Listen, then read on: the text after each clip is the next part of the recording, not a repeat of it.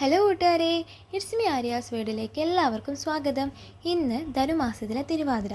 നമുക്കൊരു തിരുവാതിരപ്പുഴുക്ക് ഉണ്ടാക്കിയാലോ? ഞാനും ആദ്യമായിട്ടാണ് ഇത് ഉണ്ടാക്കുന്നത്. അതിന് വേണ്ട സാധനങ്ങളാണ് ഇവയെല്ലാം. ആദ്യം തന്നെ നമുക്ക് ചേമ്പും ചേനയും ഏത്തയ്ക്കൊക്കെ നന്നായിട്ട് വൃത്തിയാക്കാം. ചേമ്പാണ് ഞാൻ ആദ്യം എടുത്ത് വൃത്തിയാക്കുന്നത്. അതിനുശേഷം ചേന എടുത്ത് അതിൻ്റെ തൊലിയൊക്കെ നന്നായിട്ട് ചിരണ്ടി കളയണം. ഏത്തയ്ക്ക എടുത്ത് നന്നായിട്ട് വൃത്തിയാക്കിയതിന് ശേഷം ഇത് നമ്മൾ വെള്ളത്തിലേക്കിട്ട് കഴുകിയെടുക്കണം.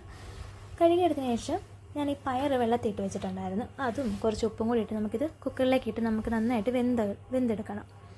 അതിനുശേഷം ഞാൻ ഈ കഴുകി വെച്ച ചേമ്പും ചേനയും ഏത്തയ്ക്കയൊക്കെ ചെറുതായിട്ടൊന്ന് അരിയണം. ആദ്യം ഞാൻ ഏത്തയ്ക്ക എടുത്ത് ചെറിയ ചെറിയ കഷ്ണങ്ങളാക്കി അരിയുവാണേ.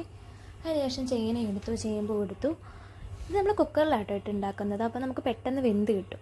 അതിനുശേഷം നമുക്കിതിലേക്ക് ഒരു അരപ്പുണ്ടാക്കണം. അരപ്പുണ്ടാക്കാൻ വേണ്ടിയിട്ട് കുറച്ച് തേങ്ങ, ജീരകം, പച്ചമുളക്, കറിവേപ്പില ഇതെല്ലാം നമ്മൾ മിക്സിയുടെ ജാറിലേക്ക് ഇടുവാണേ. മിക്സിയുടെ ജാറിലേക്ക് ഇട്ടതിന് ശേഷം കുറച്ച് മഞ്ഞൾപ്പൊടിയും കുറച്ച് മുളക് പൊടിയും കൂടെ ഇട്ട് നമുക്കിത് നന്നായിട്ടൊന്ന് ചതച്ചെടുക്കാം. അപ്പോഴത്തേക്ക് നമ്മുടെ പയറൊക്കെ വെന്ത് വന്നേ. പയർ വെന്ത് വന്നതിന് ശേഷം നമ്മുടെ ഈ അരപ്പും കഷ്ണങ്ങളും എല്ലാം നമ്മൾ റെഡിയാക്കി വെച്ചു. അതിന് ശേഷം നമ്മൾ കുക്കറിലേക്ക് കഷ്ണങ്ങൾ ഇട്ട് കൊടുത്തു. കുറച്ച് ഉപ്പും കുറച്ച് മഞ്ഞൾപ്പൊടിയും കുറച്ച് മുളക് പൊടിയും കൂടി ഞാൻ അതിനകത്തേക്ക് ഇട്ട് കൊടുക്കുന്നുണ്ട്. എന്നിട്ട് നമുക്ക് നന്നായിട്ട് വേവിച്ചെടുക്കാം. അതിന് ശേഷം നമ്മൾ പയറില്ലേ അതും ഇട്ട് അരപ്പും ഇട്ട് നന്നായിട്ടൊന്ന് പുരട്ടിയെടുത്തു. അതിനുശേഷം നമ്മൾ കുറച്ച് വെളിച്ചെണ്ണയും കൂടി ഒഴിച്ചെടുക്കുന്നുണ്ട്. നമുക്കിതൊന്ന് ചൂടാക്കിയെടുക്കണം. ചൂടാക്കിയെടുത്തതിന് ശേഷം നമ്മളിത് പാത്രത്തിലേക്ക് മാറ്റി വെക്കാൻ പോവുകയാണ്. ഞാനും ഇത് ആദ്യമായിട്ടാണ് ഉണ്ടാക്കുന്നത് കേട്ടോ. എനിക്കത് ഭയങ്കര സന്തോഷമുണ്ട് ഇതുണ്ടാക്കിയതിൽ. എന്നിട്ട് ഞാൻ എൻ്റെ മഹാദേവനും പാർവ്വതിദേവിക്ക് ഇത് സമർപ്പിച്ച് പ്രാർത്ഥിച്ചു.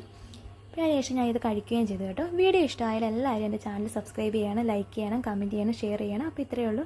അടുത്തൊരു വീഡിയോ ആയിട്ട് നാളെ കാണാം.